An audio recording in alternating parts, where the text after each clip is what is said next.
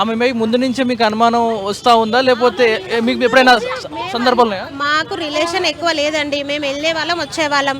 But మా మా శేఖర్ వచ్చేసి చాలాసార్లు చెప్పాడు, వాళ్ళ గొడవలే, ఊర్లో కూడా గొడవలైనా వచ్చినారు, గొడవలైనా మళ్ళీ కలిసేవాళ్ళు. వాళ్ళు లాస్ట్ 1 month నుంచి గొడవై వాళ్ళ అమ్మ వాళ్ళ ఇంటికి వెళ్ళిపోయింది తను, వాళ్ళ అన్నయ్య వాళ్ళు ఉంటారు అక్కడే. 3 days 2 days ముందో వచ్చింది తను, అంతే 2 days ముందో ఏమో వచ్చిందంట. వచ్చిన తర్వాత మార్నింగ్ మేము వెళ్ళేసరికి బాడీ మొత్తం ఇట్లా పడుంది, కొట్టిరు, ఎవరో కొట్టిరు అని చెప్పారు. తర్వాత మేముండి కంప్లైంట్ చేస్తామంటే కంప్లైంట్ వద్దక్క అని చెప్పింది ఆమె. కంప్లైంట్ ఎందుకు వద్దంటున్నావు అంటే, వద్దక్క మేము పోలీసుల చుట్టూ తిరగాలేము, మాకు కంప్లైంట్ వద్దు అంటే, కంప్లైంట్ బరాబరికి ఇస్తాం చిట్టి, ఎవరు కొట్టిరో తెలవాలి కదా మనకి, నువ్వు ఎందుకు భయపడుతున్నావు, ఎవరు కొట్టిరో మనకు తెలవాలి, కంప్లైంట్ అయితే ఇస్తాం, మేము ఖచ్చితంగా ఇస్తాము అని మేము చెప్పినాం.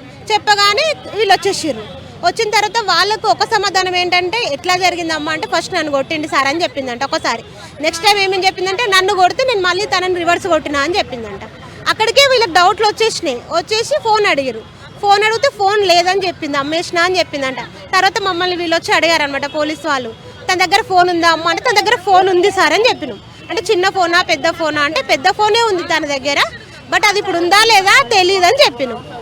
తను లేదని చెప్పింది, అమ్మేసినా అని చెప్పింది. తర్వాత వాళ్ళకి డౌట్ వచ్చి తను ఆమెని పోలీస్ జీపులో ఎక్కించిన తర్వాత వాళ్ళ ఇల్లు మొత్తం చదివితే బీరువాలో ఫోన్ దొరికింది తనది, బీరువాలో ఫోన్ దొరికింది తనది. ఆ ఫోన్ ద్వారా చూస్తే ఒక లిస్టే ఉంది ఓయోది. ఇప్పుడు చెప్పండి అది రీజన్, మరి పిల్లల భవిష్యత్తు ఏం చేస్తారు? మేము ఒక రోజు ఈ రోజు తింటే రేపు తినేటోళ్ళం, పిల్లలకు ఏం చేస్తారో న్యాయం చేయాలి, వాడిని తీసుకురావాలి, వాడిని అయితే తీసుకురావాలి.